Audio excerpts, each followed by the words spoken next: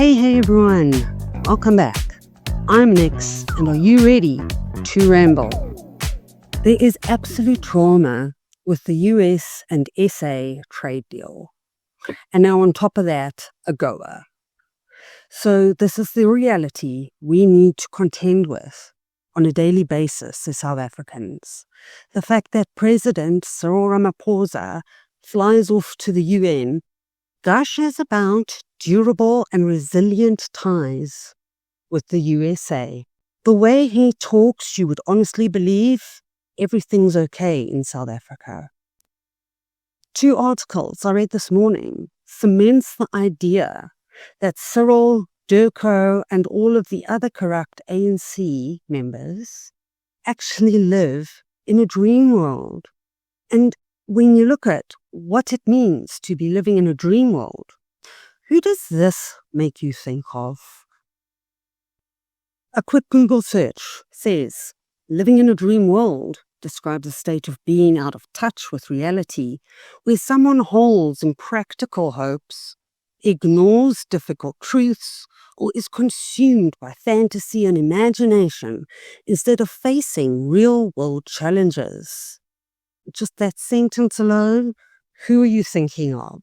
If you're not thinking of Mr. CR, you need to drop that name in the comments, because I can't think of anybody else who is the absolute epitome of that. It can stem from a lack of awareness, naivety, or an emotional response to avoid sadness by indulging in fantasies and daydreaming.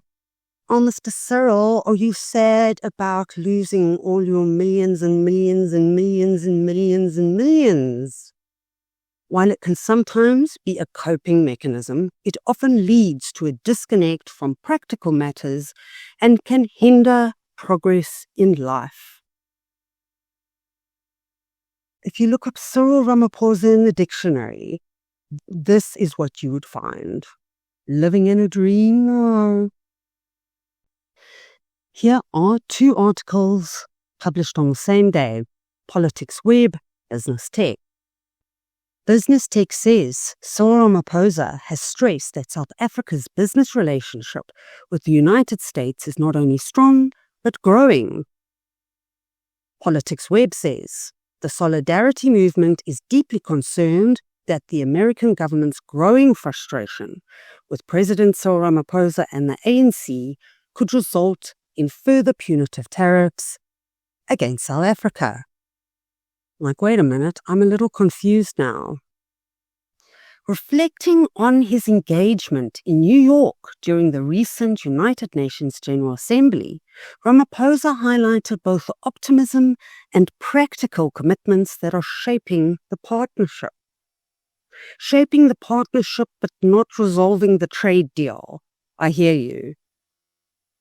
Solidarity, however, says, on their recent visit to Washington, it became evident that there is growing frustration within the US government over South Africa's lack of political will to reach an agreement. This is despite claims that apparent progress is being made in negotiations. Actually, their promise says that they are shaping the partnership into the ground. Cyril says, I noted this was one of the number of engagements I had with the US companies while in the city. Some of these companies already have business operations, while others are interested in investing. I can flat out tell you, as a business investor who must be very aware of pending sanctions against South Africa, I am not interested in investing in your country. I'm sorry. I think the only thing I might look at is government bonds, and I don't know financing, but apparently they do really well. It's almost hedging a bet on the failure of our country, if I'm not mistaken. So yes, the investment is investing in our doom and failure. Thank you, Cyril. How delulu do you need to be to say this? All of the companies commended the reforms being undertaken by the government and the prospects for growth in our economy. Because my question then is, which companies did you meet with, Cyril? Is it all linked to that super woke company you had organize your national dialogue? That lady wrote a paper about. So did she put you in contact with a couple of businesses that you could, I don't know, what did you say? Commend your reforms. You're kidding, right? And of course, he's going to close off by saying, beyond the headlines and debates around trade policy and political frictions, US and South African businesses are forging ahead into the destruction of this relationship and the burning of the South African economy. Sorry, I added that last bit in. See, the thing is, when you hear your president say that, businesses are forging ahead, you have to also think, hold on a moment, this man was surprised about corruption. This man was surprised about the police corruption. This man is surprised about white crosses. And now he thinks businesses are forging ahead. Cool. Let me know how that goes, Cyril. Solidarity, however, says President Ramaphosa's conduct at the United Nations General Assembly in New York at the end of last month certainly did not win South Africa any favor either. No, you literally had your microphone switched off. During his address, he claimed that trade is now being used as a weapon against various countries in the world, and that geopolitical shocks and unprecedented trade policies are destabilizing the world economy. Or maybe the world economy needs a bit of a shake-up, because the only people it's benefiting are the corrupt like you and all of the private businesses in South Africa who think it's okay to work with you, to accept wads of cash for cars, etc., etc. Both South African and US businesses can see the clear opportunities and commercial gains of investing in each other's respective markets. I do love how you think it's okay to speak on behalf of US businesses. The very man who didn't even know corruption was taking place in his country, or that his couch, which must have been very uncomfortable, was filled with US dollars. Cyril, in his Delulu world, emphasized that South Africa is positioning itself as an attractive investment hub for criminals, for the cartel, for the mafia state. Yebo, yes, you are doing a fantastic job. 10 out of 10. If this doesn't make you stand up and listen, I don't know. Solidarity says, after neglecting and antagonizing South Africa's second biggest trade partner for more than a decade, the South African government's capability to engage with the US has imploded, like most of the infrastructure in the rest of South Africa. Here is a perfect example of the arrogance, but the absolute incompetence of the ANC. I can't believe this. Now I'm reading this Business Tech article.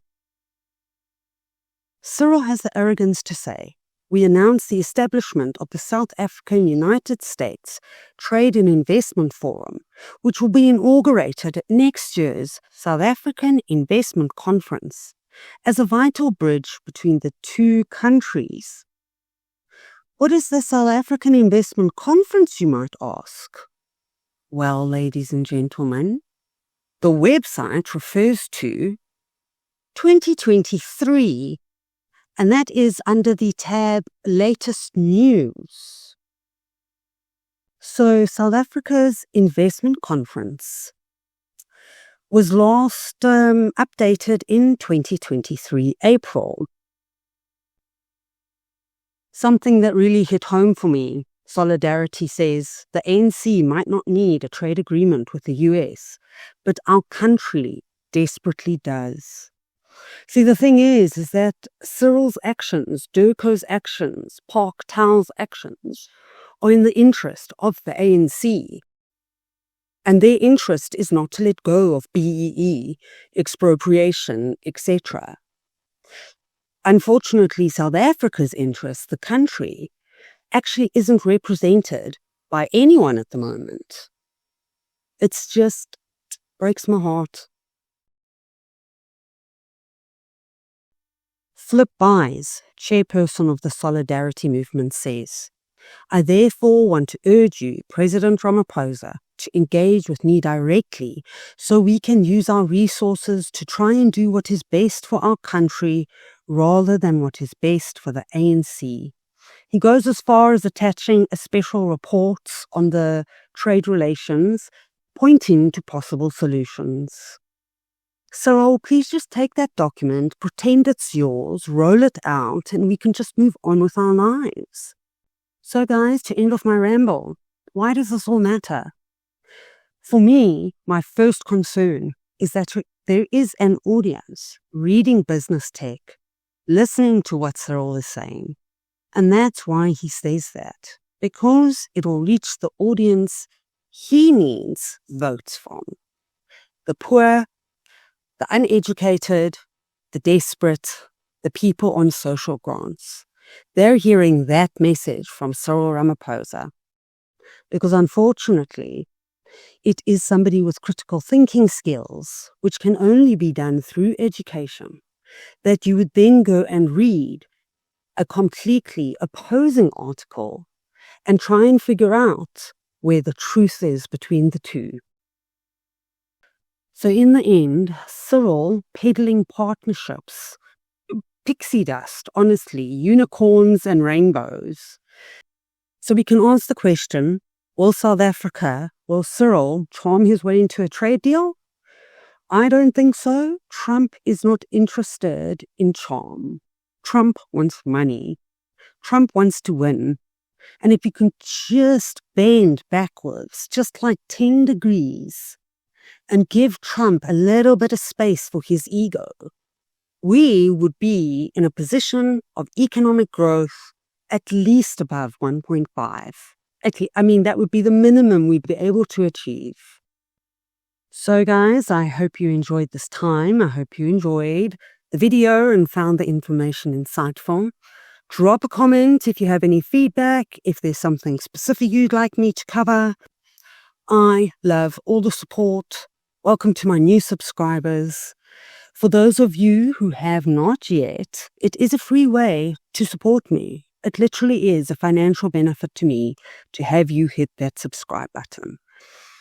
And a huge shout out to the subscriber from Pixel Play Productions for the donation. 100% appreciated. You actually have no idea how happy that made me. And at the time it reached me, absolutely perfect. I couldn't have asked for something better. Thank you so much. Guys, if you want to support me financially, I take once-off donations via PayPal, link in the description. I also have memberships open, $14.99 a month. And then you're welcome to drop me a super thanks for any amount. I appreciate your support. I hope you have a fantastic day. Over and out, guys.